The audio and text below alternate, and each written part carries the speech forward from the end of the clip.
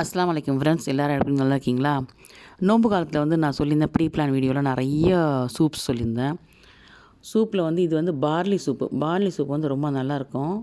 இது கர்ப்பிணி பெண்களும் சாப்பிட்லாம். நம்ம வந்து உடம்புல நீர் அதிகமாக தான் நம்மளும் சாப்பிட்லாம். ரொம்ப நல்லாயிருக்கும். நீர் எடுத்துரும். நம்ம பார்லி ரொம்ப நல்லது. இது வந்து தல்வீனான்னுவாங்க அரபிக்கில்.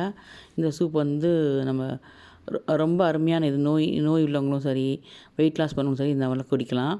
இதோடு சேர்த்து நிறைய லாட்ஸ் ஆஃப் வெஜிடபிளும் நான் வந்து சிக்கனும் போட்டிருக்கேன். நீங்கள் சிக்கன் இல்லாமல் நீங்கள் வெஜிடேரியனாக இருந்தாக்கா சிக்கன் இல்லாமல் வெறும் இந்த காய்கறி வச்சு சாப்பிட்லாம்.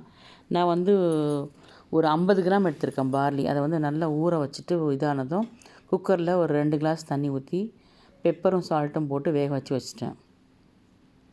இந்த மாதிரி நல்லா முத்தாக வெந்திருக்கும். கடைசியில் ஒரு சிக்கன் வந்து ஒரு லாலிபாப் சிக்கன் வந்து பெப்பர் சால்ட்டு போட்டு 1 கிளாஸ் தண்ணியில் வேக வச்சுருக்கேன்.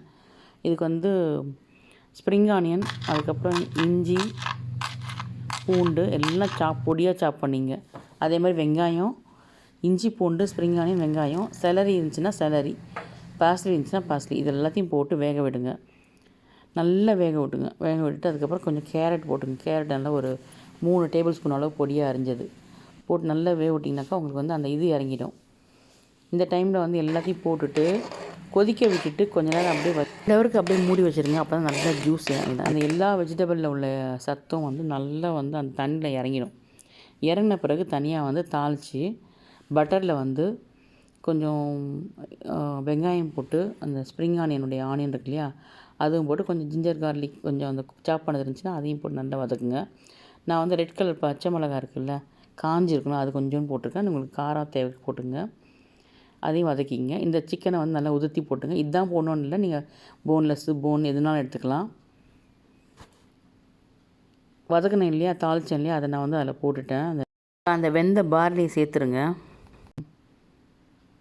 8 பேர் சாப்பிட்லாம். இது நம்ம தண்ணி வளர்க்குறத பொறுத்தும் அந்த காய் போடுறத பொறுத்தும் இது ரொம்ப அருமையாக இருக்கும். குழந்தைங்களுக்கும் பிடிக்கும் நல்லா. அப்படி இல்லை பிள்ளைங்களுக்கு வந்து அந்த வெஜிடபிள் சாப்பிட முடியல அப்படின்னாக்கா நீங்கள் என்ன பண்ணலாம், பார்லி பவுடராக போடலாம், பிளெண்ட் பண்ணிக்கலாம்.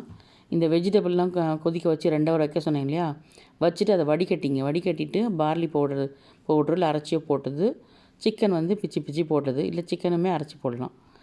லாஸ்ட்டாக ஒரு தாளித்து ஊற்றிடுங்க. நல்லாயிருக்கும்.